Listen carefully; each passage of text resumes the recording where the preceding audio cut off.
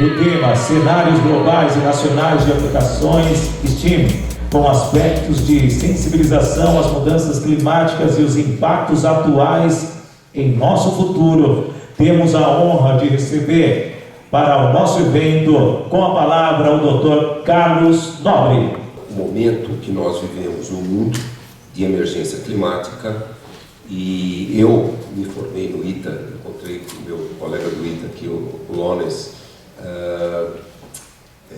me formei em 74, trabalhei 2 anos só como engenheiro, mas depois eu gastei a minha vida toda no STEAM, pelo menos em ciência, né, o S e o M, né, porque eu quase a vida inteira desenvolvi modelos matemáticos do sistema climático, interação biosfera-atmosfera. Isso tem sido a minha pesquisa por mais de 40 anos, e principalmente da Amazônia. Mas deixa eu contar para vocês um pouco a emergência climática que nós estamos vivendo. E nós, a maioria dos cientistas climáticos como eu, nem mais chamamos mudanças climáticas. Nós já agora chamamos emergência climática. Por quê? Bom, todos os países, baseados muito na ciência, nos relatórios do IPCC, eu participei de 4 dos 6 relatórios do IPCC, sempre foram importantes, principalmente na COP, no Acordo de Paris, 2015, mostrar os riscos que o aquecimento global trazem para o planeta. E aí, o Acordo de Paris falou, não podemos deixar a temperatura global passar de 2 graus. Aí depois, na COP26 em Glasgow, Escócia 2021, 6 anos depois, o IPCC tinha feito vários estudos mostrando que não podemos passar de 1,5 graus. Só para dar um dado para vocês, 2 graus leva à extinção de 100% das espécies de recifes de corais. Acaba. E 18 a 25% da biodiversidade oceânica está junto com os recifes de corais.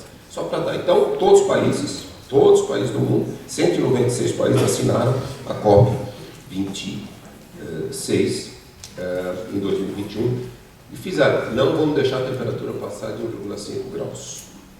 E aí, qual foi o compromisso da COP 26? Para não deixar a temperatura passar, nós precisamos reduzir rapidamente as emissões dos gases de efeito estufa, mais de 70% aqui de combustíveis fósseis. E qual foi a meta? 43% de reduções das emissões até 2030 e zerar as emissões líquidas até 2050. Bom, isso foi o que a ciência estava mostrando lá até 2021. De repente, que a emergência ficou super emergente? Foi porque no começo de 2023, o ano passado, toda a ciência estava dizendo que foi previsto muito bem um fenômeno El Niño, aquecimento do Oceano Pacífico Equatorial, centro-leste, e quando tem El Niño, a temperatura aumenta no planeta. Mas depois sobe o El Niño, a temperatura baixa. Quando tem o Laninha, a temperatura esfria um pouquinho. Nós temos um Laninha previsto agora, começando de outubro, novembro. Só que a temperatura estava, em 2022, 1,2 graus mais quente do que 1850 e 1900, quando praticamente começou o aquecimento global. E se previa que a temperatura chegaria a 1,3 graus em 2023, porque era um El Niño forte. A temperatura chegou em 1,5. Continua 1,5, chegou a 1,6 em abril desse ano. Há 14 meses a temperatura do planeta está acima de 1,5 graus. Então esse é um risco enorme. Tem milhares de cientistas agora trabalhando, explicar por que a temperatura subiu 0,3 graus em 2023 e continua. O El Niño desapareceu em maio, a temperatura continua alta, a temperatura bateu todos os recordes e principalmente nos oceanos. O Oceano Atlântico bateu todo o recorde histórico. O gelo lá perto da Antártica, do mar de gelo, e até dos mantos de gelo, começou a derreter muito rápido agora nos últimos anos. Teve um aumento enorme da temperatura dos oceanos aqui no hemisfério sul, no sul perto da Antártica, então bateu todos esses recordes. Bom, Então, veja bem, qual a temperatura que chegou a 1,5 graus já há 14 meses, ninguém sabe se ela vai baixar. A ciência está tentando explicar por que ela subiu tanto. Mas vocês viram que com 1,5 graus, os eventos extremos explodiram no mundo, todos. Chuvas como essa do Rio Grande do Sul, o recorde de secas da história da Amazônia, teve a maior seca da história da Amazônia, 2023-24, e a seca da Amazônia é muito relacionada com El Niño induz seca na Amazônia, isso por milhões de anos. Mas essa seca bateu o recorde porque nós tivemos um El Niño, o terceiro El Niño mais forte do registro histórico, e nós tivemos o Oceano Atlântico Norte mais quente do registro histórico. O Oceano Atlântico muito quente, ele induz seca na Amazônia também, por exemplo, as secas de 2005 e 2010. Então, só para mostrar para vocês os riscos, isso é global, secas, chuvas intensas e também, é isso que eu queria chamar a atenção de vocês, ondas de calor, né? Normalmente não se fala muito a imprensa não fala muito ondas de calor, mas só para dar um número para vocês, a Organização Mundial de Saúde já mostrou que ondas de calor matam mais de 40 vezes o número de pessoas que chuvas, inundações, deslizamentos, como esse do Rio Grande do Sul, por exemplo, como o ano passado, em fevereiro, vocês se lembram, no litoral norte, São Sebastião, 64 mortes por aquela maior chuva da história do Brasil, mais de 600 milímetros caíram em 8 horas.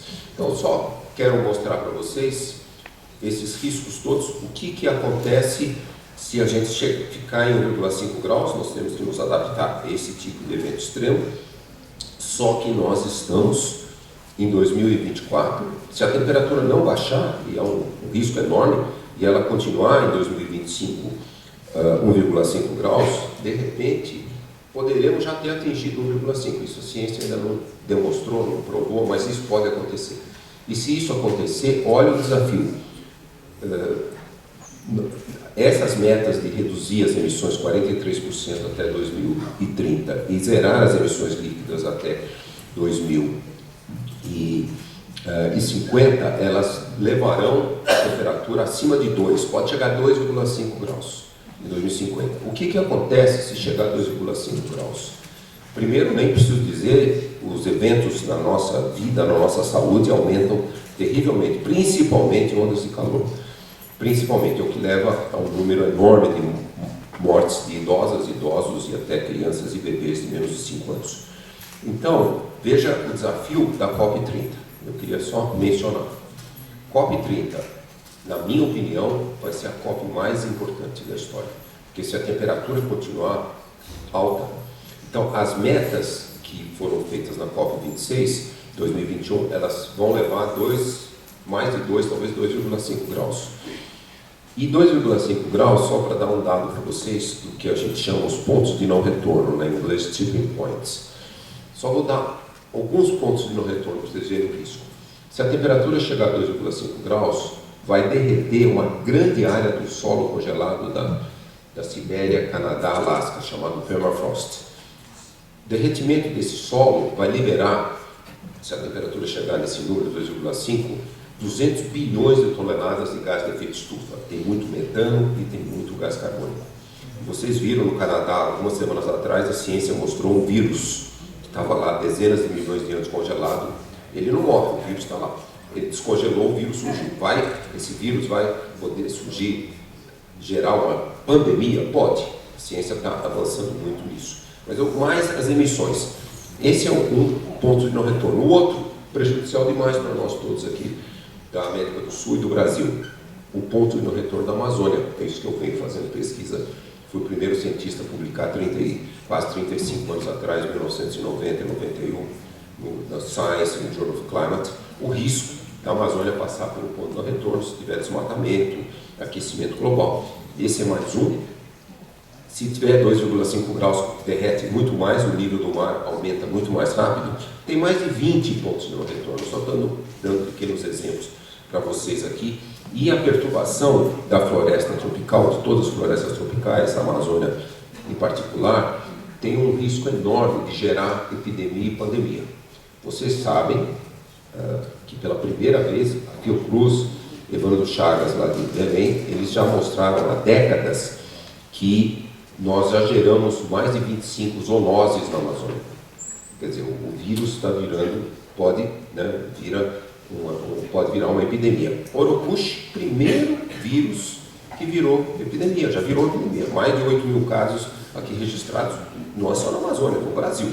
Então, só para dizer também o risco de perturbação das florestas tropicais.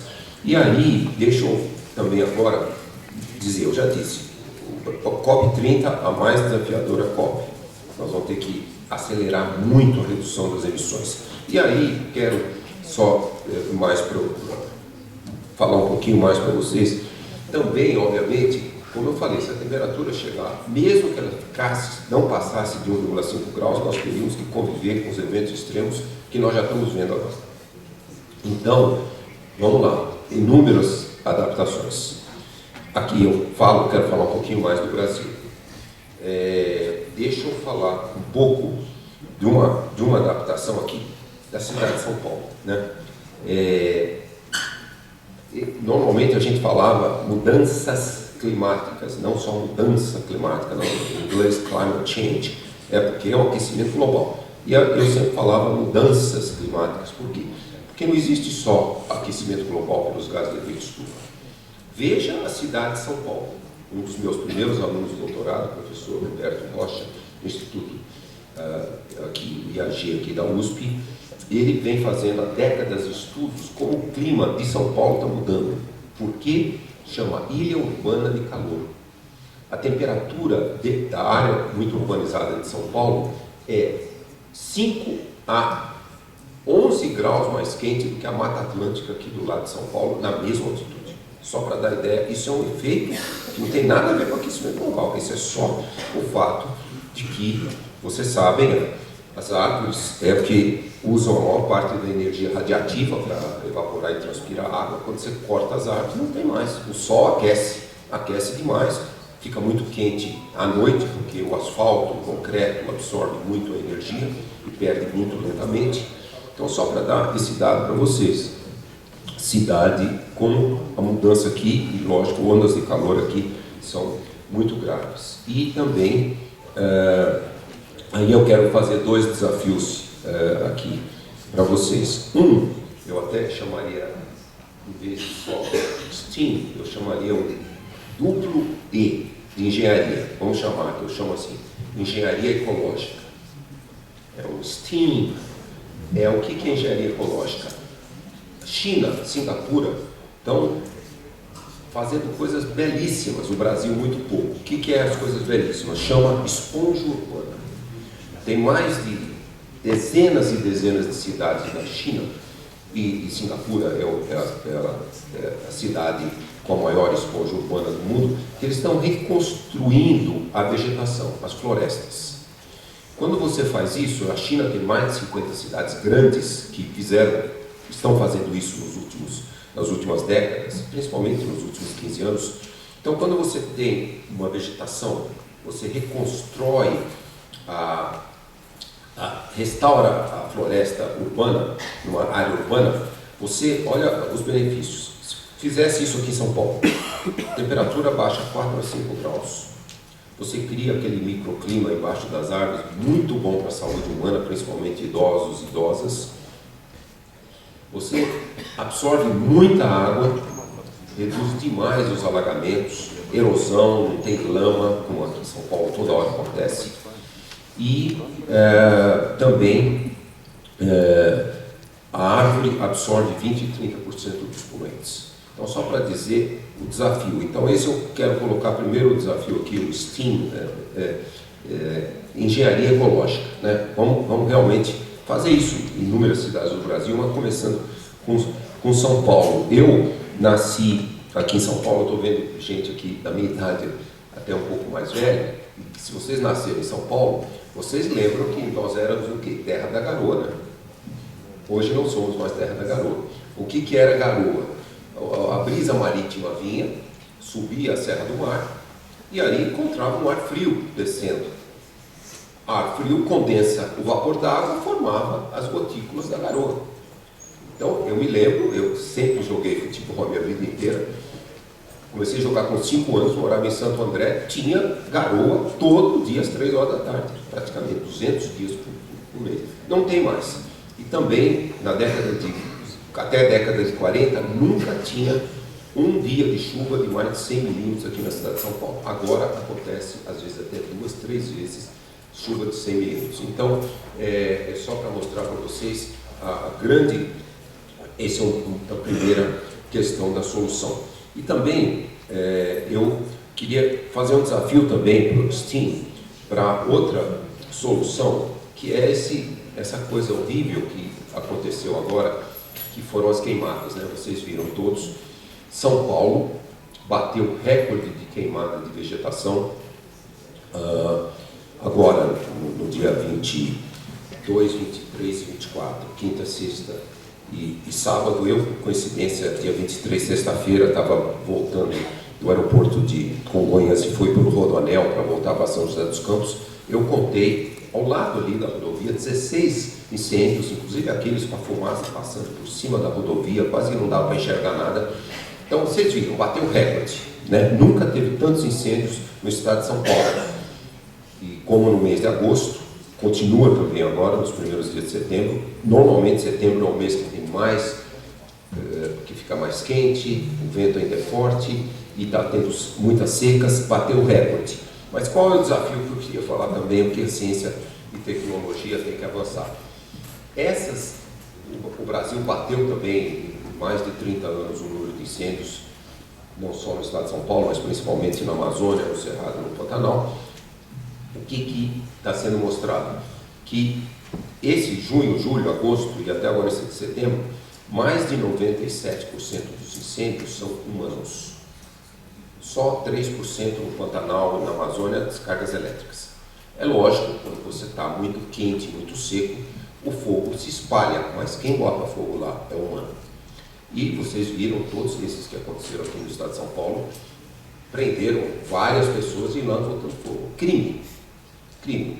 Hoje o sistema satelitário, ele mede o incêndio depois que ele já ficou grande. Não consegue ainda ir lá detectar quem está fazendo isso. Então, um dos desafios que eu queria colocar para a ciência, tecnologia e inovação STEM seria realmente começar a criar sistemas, por exemplo, com drones, que possam monitorar, e esses drones automáticos, assim, que possam andar em cima.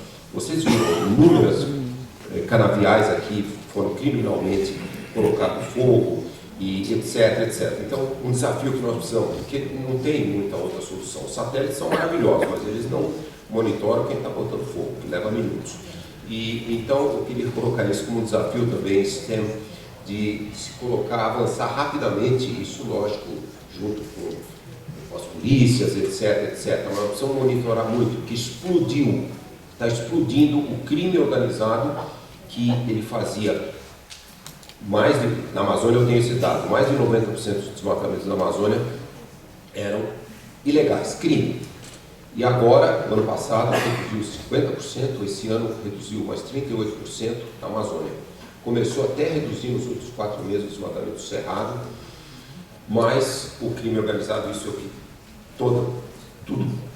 tudo parece ser. O crime organizado estava muito vedado a fazer, porque o desmatamento leva semanas para fazer, o satélite pega, a polícia vai, aí resolveram botar fogo. Essa é a hipótese que todo mundo agora está discutindo muito.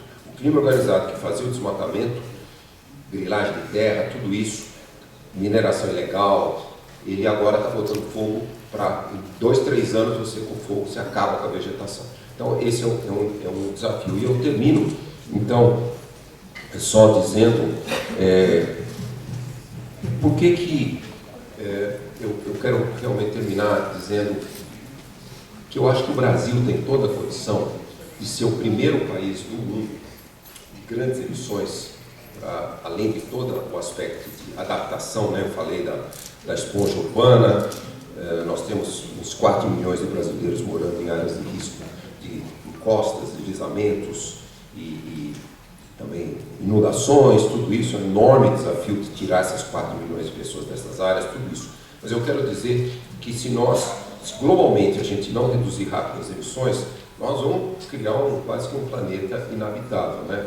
Se a temperatura chegar a 4 graus em 2100, aqui, cidade de São Paulo vai estar inabitável uns 150 dias por ano, no Rio, 150 dias por ano, que é a temperatura passa do limite do corpo humano, a gente perde a capacidade de perder calor, de transpirar, e bebê e idosos vivem só meia hora com estresse térmico, e adultos saudáveis 2 horas. Então, só para dizer, não podemos morrer. Então, Brasil liderar. Por que eu estou falando isso? Os países que mais emitem, China, Estados Unidos, Índia, Rússia, são mais de 75% das emissões é queima de combustíveis fósseis. No Brasil, 2022, 20% queima de combustíveis fósseis, 50% desmatamento, 25% agricultura. Então, o Brasil tem toda a condição. Política do Brasil, zerar o desmatamento até 2030, já vai reduzir 50% das emissões de todos os biomas. Grandes projetos de restauração florestal. O Brasil lançou na COP28 o projeto Acre de Restauração Florestal, esse é o maior projeto de restauração florestal de floresta tropical do mundo, 24 milhões de hectares de restauração na Amazônia, entre agora e 2050, 6 milhões até 2030, e portanto, e também nós já sabemos, né, STEM, o potencial de energias renováveis. Né? O Brasil é um dos países que tem o maior potencial de energia eólica, solar, primeira fábrica de hidrogênio verde que está sendo feita lá no Ceará. Então, esse é o grande desafio, a mensagem final que eu quero dizer para vocês. Vamos, de fato, fazer o Brasil ser o primeiro país do mundo de altas emissões. Nós somos o 5º maior emissor, 4% das emissões globais. Primeiro país do mundo a zerar as emissões e aí induzir os outros países a zerar as emissões. Muito obrigado.